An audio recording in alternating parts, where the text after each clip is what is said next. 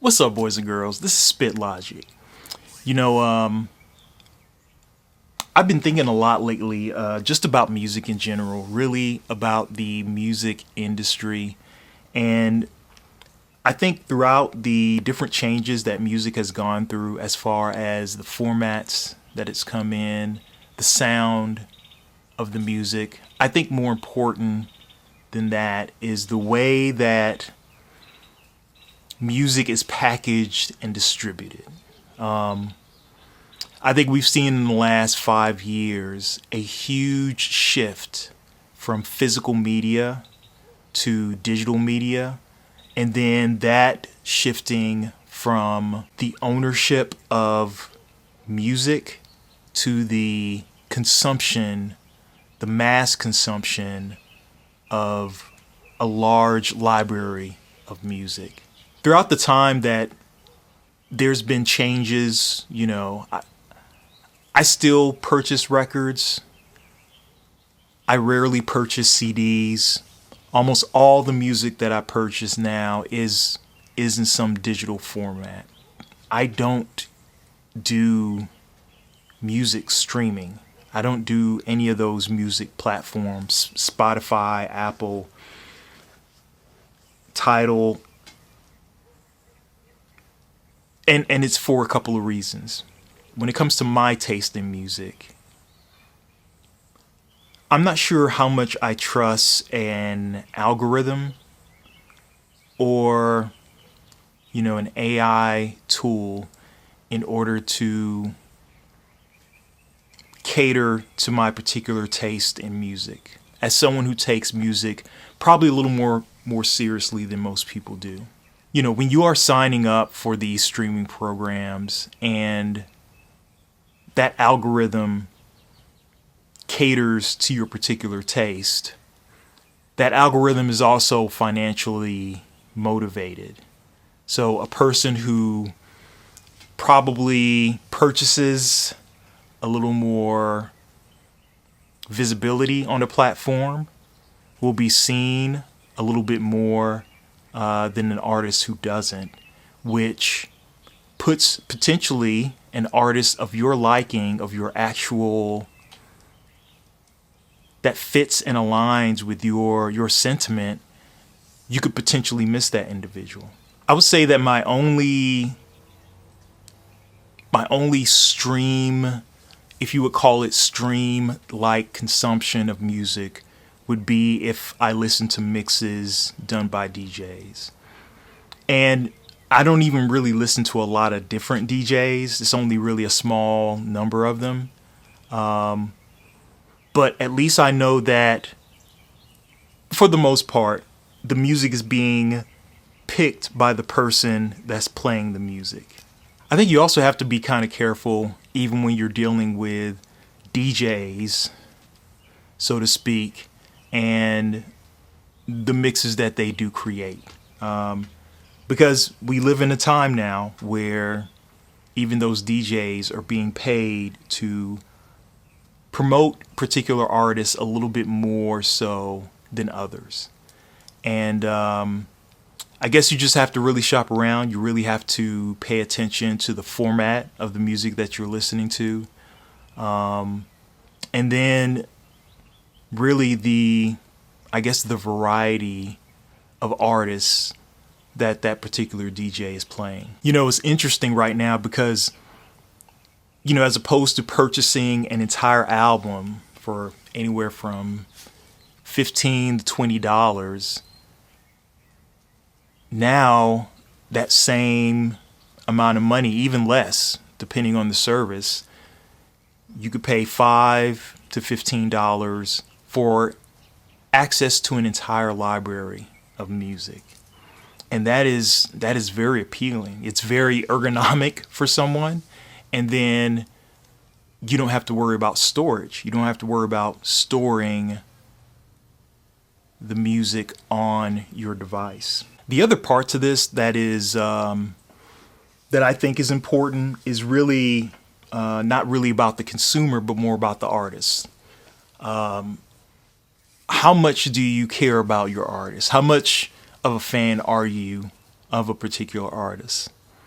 I don't know the exact numbers, but I do know now that since artists are not being paid by the number of units in the same way that are purchased.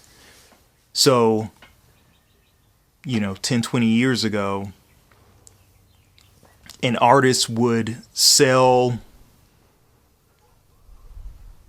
X number of albums and get, let's say, 6 cents per album.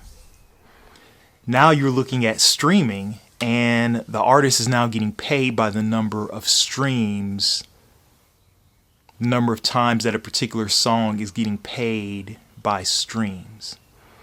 So what does that number look like?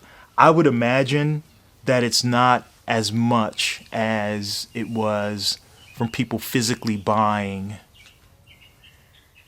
a piece of content. I mean, I think it's pretty evident now when you see really what you have as a lot of large artists, and not even like, top Billboard artists, but even I think even some of them, they are not just making music anymore. They are creating content now because music is not paying them enough.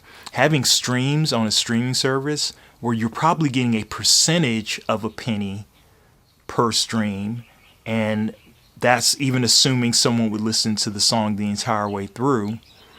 And then the advances that you get from the record label that you're on, and we all know that the record labels are very predatory. I just don't think that these artists are making the same amount of money that they would before. And then even when you talk about the billboards and what they're counting as a number one song now, or a song going platinum, so to speak, it's a different metric now. They're adding in the number of times it's being played on a particular service, not how many actual units of that particular song or album is being sold. So I guess I just say this, bring this all back around just to say that, I think there are a lot of really talented people, talented artists, talented musicians, MCs. There's a lot of music out there, more than there's ever been in any time, in any point in history, which is why I think it's even more important and more pertinent that you support those artists and purchase their music as opposed to just streaming it on a particular platform. I'm not saying to go broke just buying every single album of every single artist just because you want to support them. I think you need to demand quality music from your artists. You need to demand that your artists put in the work. And with all of these tools that exist now, I mean, you have AI generated beats that can be made now. It's very easy for someone to just create something very quickly that has a particular sound to it, and for that to be manufactured like a processing plant and packaged for delivery for you.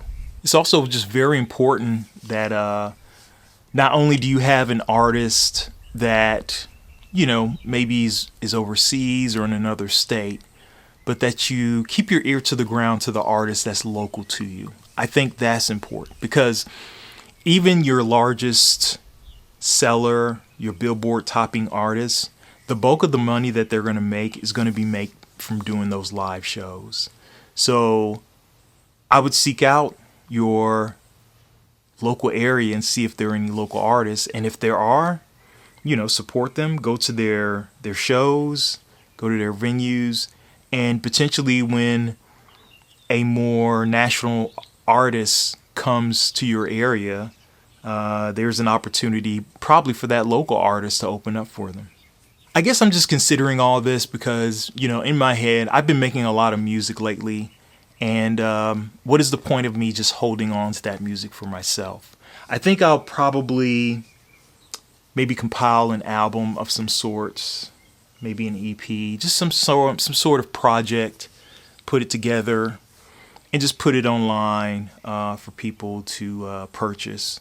But I don't know if I want to try to solicit it onto a streaming platform. I think that's probably my dilemma.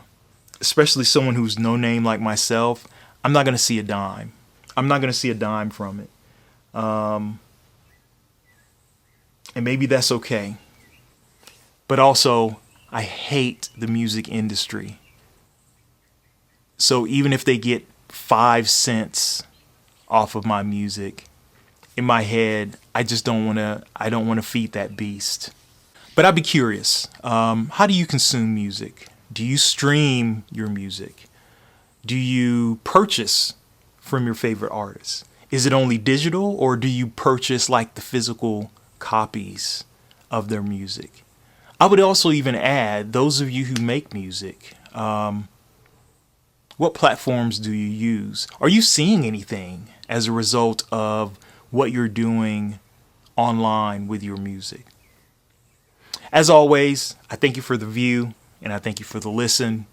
And until next time, peace.